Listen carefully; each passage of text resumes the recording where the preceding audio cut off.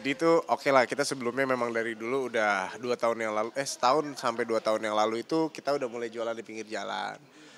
Alhamdulillah ekonomi sudah mulai membaik waktu itu ya. Nah, tapi balik lagi memang secara tidak langsung usaha apapun itu mungkin butuh proses, harus banyak hal yang pelajaran yang kita lewati. Nah, contohnya sekarang mungkin kemarin saya cukup alhamdulillah perekonomian udah cukup membaik. Tapi ya rezeki kita gak ada yang tahu. Akhirnya ya kita mulai lagi belajar lagi dari awal. Nah, makanya kenapa saya sama istri mulai lagi jualan di pinggir jalan kayak dulu karena ya saya mikir sama istri tuh kita jemput bola aja. Kemarin mungkin kita terlalu ngandelin di online, nggak terlalu maksimal. Kita coba main di main bola lah, main bola ya jemput di lapangan aja langsung gitu loh. Jadi nggak mengurangi atau gimana atau gini, nggak. Yang penting kita udah jualan aja gitu. Tapi yang mengawal Mas Epin dari Sidik atau? Jadi kalau pas kemarin ini kita kan baru mulai jualan lagi di pinggir jalan raya itu baru awal puasa ini. Baru banget hari pertama puasa. Nah, kemarin tuh kita tuh sebenarnya sebelumnya udah sempet jualan di rumah mertua sih, rumah orang tua istri saya. Sempat. Nah, cuman penjualannya udah lumayan ada yang beli lah, tapi nggak semaksimal yang kayak ini bisa lebih maksimal loh, tapi kita harus nyari tempat. Nah, sedangkan saya sama istri belum bisa kayak nyewa tempat apa segala macam. Ya udah tuh istri juga mikir, kita juga udah nutup yang di rumah mertua itu. Ini daripada kelamaan nganggur, udahlah kita jalan aja yuk, yang cari tempat kayak di mana. Ya cari tempat kemana hari pertama puasa tuh. Ya udah keliling aja dulu, kita modal nekat ya waktu itu. Bawa dagangan tuh 2 kardus, keliling pakai motor, kita belum tahu mau jualan di mana. Ya udah kita jadi random, milih tempat itu random. Jadi asal, oh ini nih kayaknya cocok nih, udahlah berhenti sini. Kita juga nggak tahu mesti izinnya kemana. Cuman kita gara-gara ngeliat kanan kiri tuh ada yang jualan. Sebenarnya memang nggak bagus, nggak boleh jualan pinggir jalan. Saya ngakuin itu gitu. Tapi akhirnya saling support nih ya Kak. Ya. Gimana nih Kak? Bisa berjalan bersama. Sama dari Kakak dulu nih. Gimana Bun?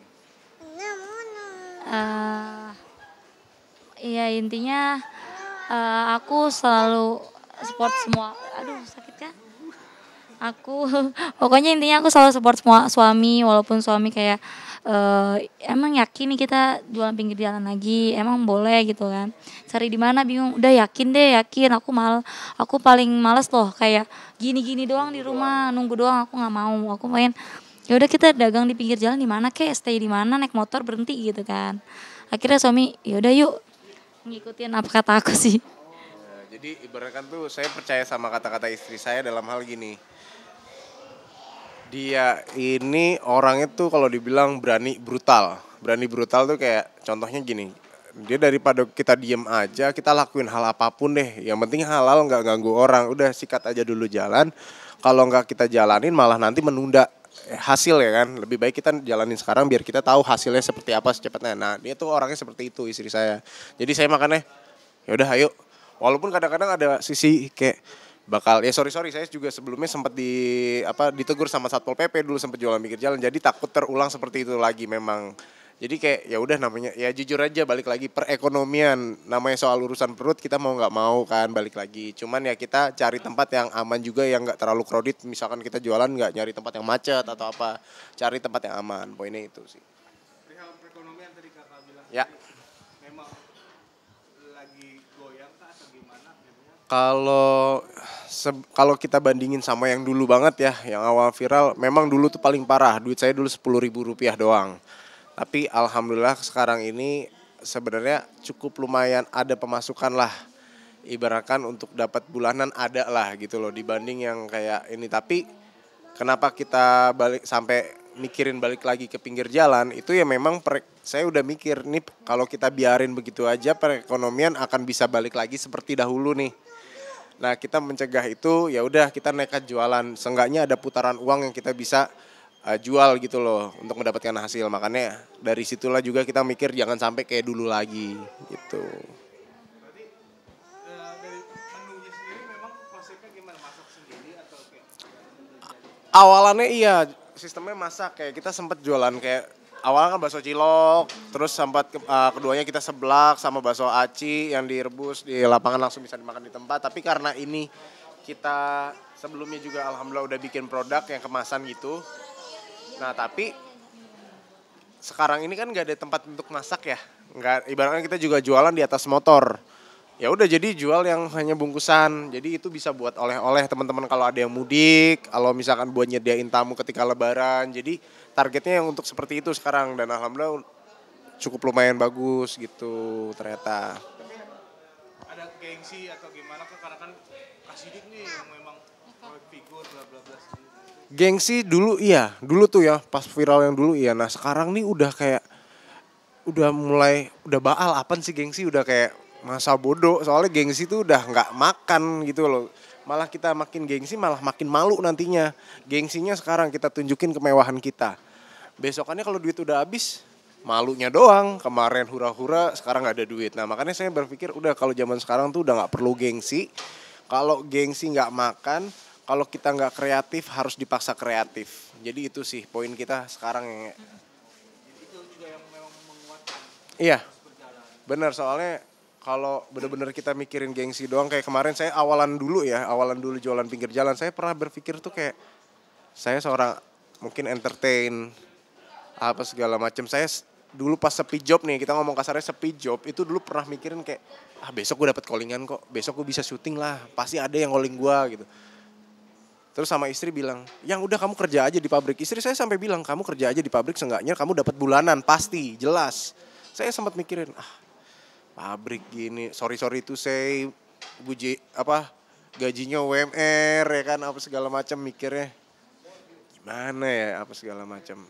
Tapi sempat kita debat-debat tipis ya kan, biasa rumah tangga, terus akhirnya ya udah saya ngalah, saya sempat sampai ngelamar kerja di pabrik mangkok yang gambar ayam tuh.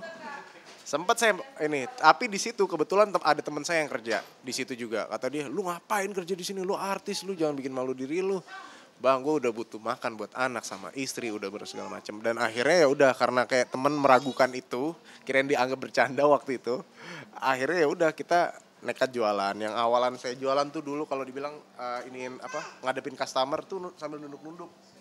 Biar nggak kelihatan banget mukanya. Kadang-kadang masih ada seperti itu. Tapi kalau sekarang ini udah malah enak satu sama lain. Ibaratkan malah kayak saya di atas panggung. Jadi nih, ini panggung saya gitu loh. Kayak nikmat aja beda. Gitu. Kalau dari kakak nih apa kan memang jalani rumah tangga bersama gitu kan. Biasa lah pada. Naik turun. Jadi ini memang perjalanan rumah tangga kalian kan sendiri nih. Atau seperti apa sih bang? Akhirnya jualan, saling support sendiri.